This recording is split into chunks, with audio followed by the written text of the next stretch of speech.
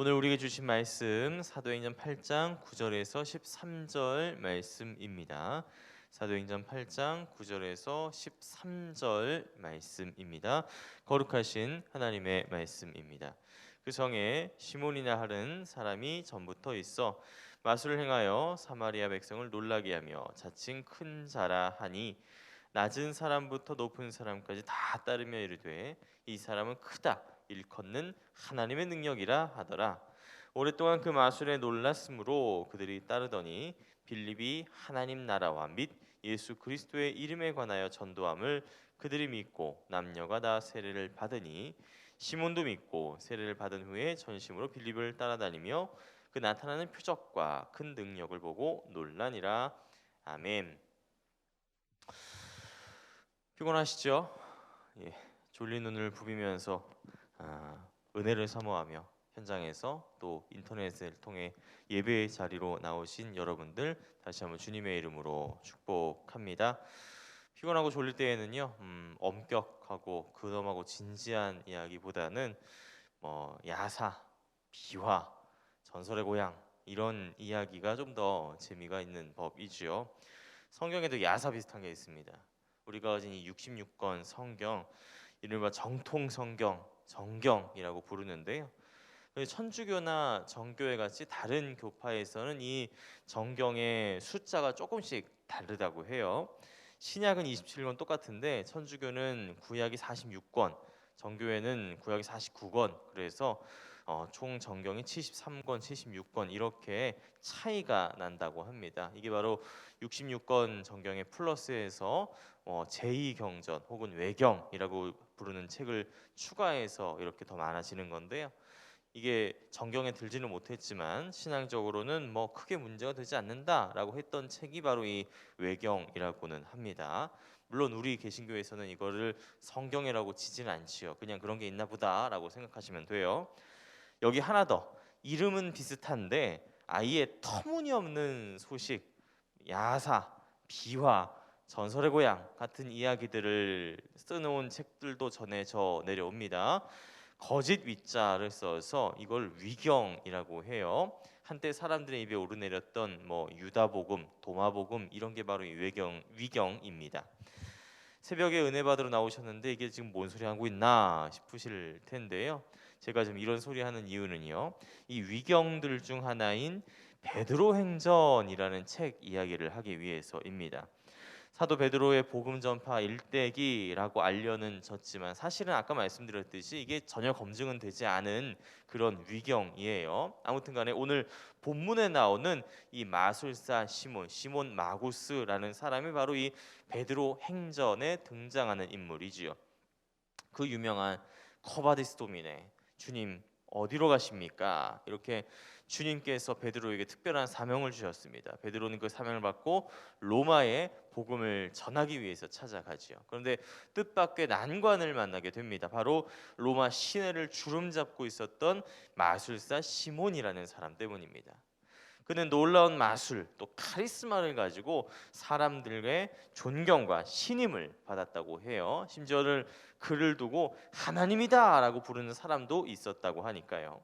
그러니까 이 예수의 복음을 전하러 온 베드로와는 필연적으로 부딪힐 수밖에 없었죠. 베드로 행전에서는 이 베드로 그리고 시몬, 마술사 시몬의 대결을 다루고 있습니다. 여러 가지 마술을 부리면서 예수를 모욕하고 베드로를 공격하는 이 시몬과 그에 맞선 베드로는 오직 하나님의 말씀과 기도로서 승리를 거두게 되지요. 그렇게 거듭거듭 패하던 마술사 시몬은 최후의 수단을 내보이니 이게 바로 공중부양 마술입니다. 베드로야, 네가 믿는 예수가 진정 하나님이냐? 십자가에 못 박혀 죽은 하나님이라는 게 말이 되냐? 헛소리하지 말고 내 수단을 한번 보아라 하면서 이 마술사 시몬이 하늘로 막 날아다녔대요. 사람들은 그 모습을 보고 우와 감탄을 했죠.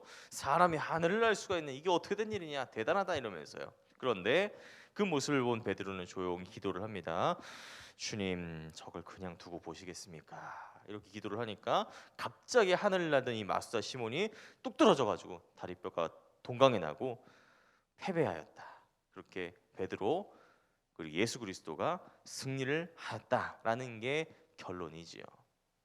이렇게 베드로 행전이라는 책에서는 이 사도 베드로와 마술사 시몬의 결투에 대해서 아주 흥미롭게 다루고 있습니다만은 정작 오늘 우리가 읽은 이 성경에서는 그런 이야기를 자세히 하지 않습니다. 성경이 말하는 바는 단순하지요.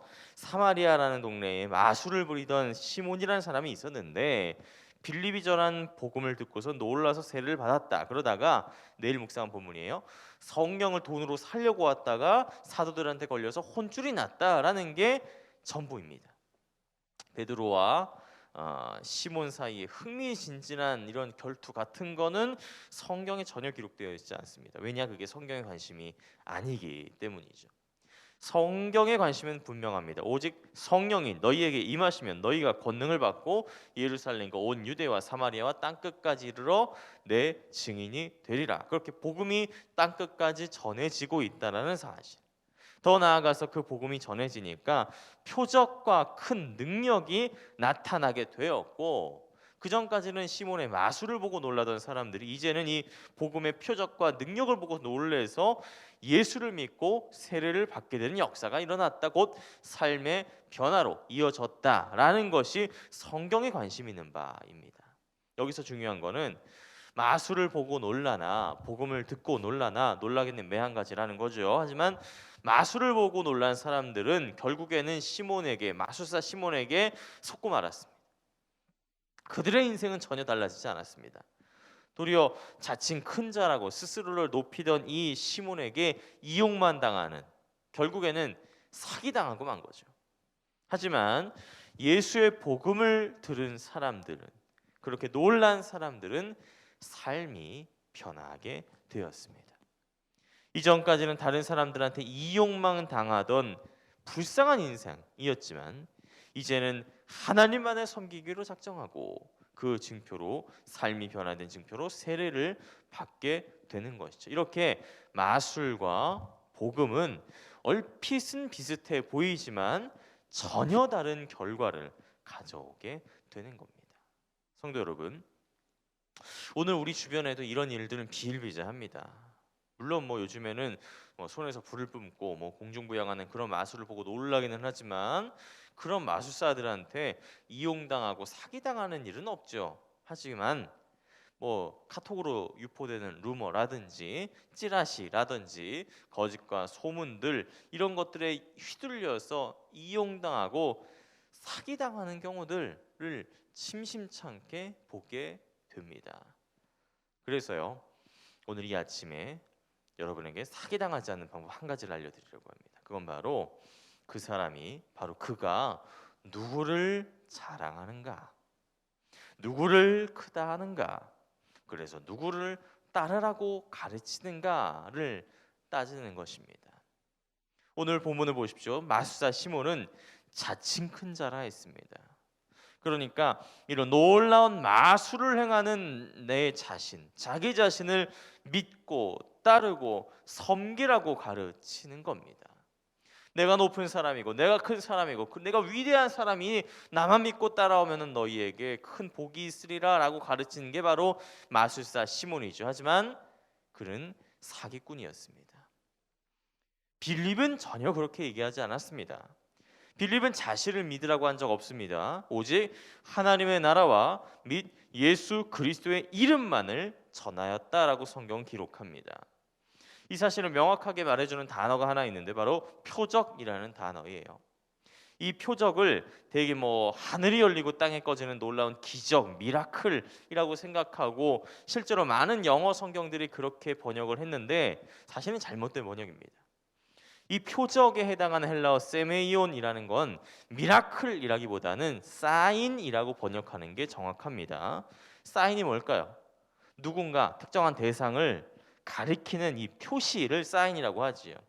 마찬가지입니다. 빌립이 전한 복음, 그리고 그 복음을 통해서 나타난 놀라운 표적과 능력들은 모두 다 빌립 자신이 아니라 그가 전하는 하나님의 아들 주 예수 그리스도께서 우리의 구주시다라는 사실을 드러내고 나타내고자 하는 것이었습니다. 달리 말하면요, 복음이라는 것은 내가 아니라 주님이, 내 유익이 아니라 주 예수 그리스도와 하나님 나라를 위해서 사는 삶이 바로 복된 것이다 라는 사실을 전하는 소식입니다. 그래서 복음이 생명이 되는 것이고 복음이 우리의 삶을 변화시키는 진리인 것이지요. 성도 여러분, 혹시라도 오늘 누군가가 여러분에게 찾아와서 나를 믿으라고, 나를 따르라고, 나를 높이고 존중하고 나를 섬기면은 너한테 복이 대박이 있을 거다라고 가르친다면은요, 그 사람 무시하십시오. 사기꾼입니다. 하지만 예수를 믿고 예수의 복음을 따르고 하나님을 높이고 예배하라고 하신 이 성경의 말씀을 눈으로 기억하고 마음으로 새기고 손과 발로 실천한다면 그게 바로 오늘 우리를 살리는 생명의 표적이요 능력이 될 것입니다. 오늘 하루 주 예수 그리스도의 복음을 그 표적과 능력, 그 사인으로 살아갈 수 있는 우리 모두가 되시길 간절히 바랍니다. 기도하겠습니다. 우리를 미혹하는 여러 소문, 찌라시, 마술, 사기의 틈바구니 속에서 오직 주님을 믿고 주님의 복음을 따라 살아가길 원합니다. 사기당하지 않고 진리 쫓으며 살아갈 수 있도록 도와주옵소서. 감사합니다. 예수 그리스도의 이름으로 기도합니다. 아멘. 이 시간 함께 나눌 기도의 제목들입니다. 지금 들은 말씀이 내 삶으로 이어지게 하옵소서. 공예배를 소중히 여기고 매일의 말씀 묵상에 힘쓰는 말씀상 공동체가 되게 하옵소서. 위드 코로나 시대를 잘 준비하게 하시고 단계적 일상 회복이 순조롭게 진행되게 하옵소서. 코로나19로 고통받는 환우를 치유하시고 방역 당국과 의료 보건인에게 감당할 수 있는 힘을 주옵소서. 우리 동네 미소 찾기를 통해 우리 동네 이웃들에게 주님의 위로와 사랑을 전하게 하옵소서. 2020년 수험생 및 취업 준비생들을 축복하시고 주님께서 그들의 앞길을 인도하옵소서. 이 시간 함께하는 공동 기도문과 각자 가지고 나오신 기도의 제목들을 놓고 기도하시면서 삶의 자리로 나가시기 바랍니다. 기도하겠습니다. 하나님 아버지 감사합니다. 하나님 오늘 주신 이 말씀을 기억하면서 하나님 정말 거짓과 또 사기와 또 우리들을 현혹시키는 유혹의 말씀들이 아니라 우리의 생명을 살리고 옳은 길로 우리를 인도하는 진리의 말씀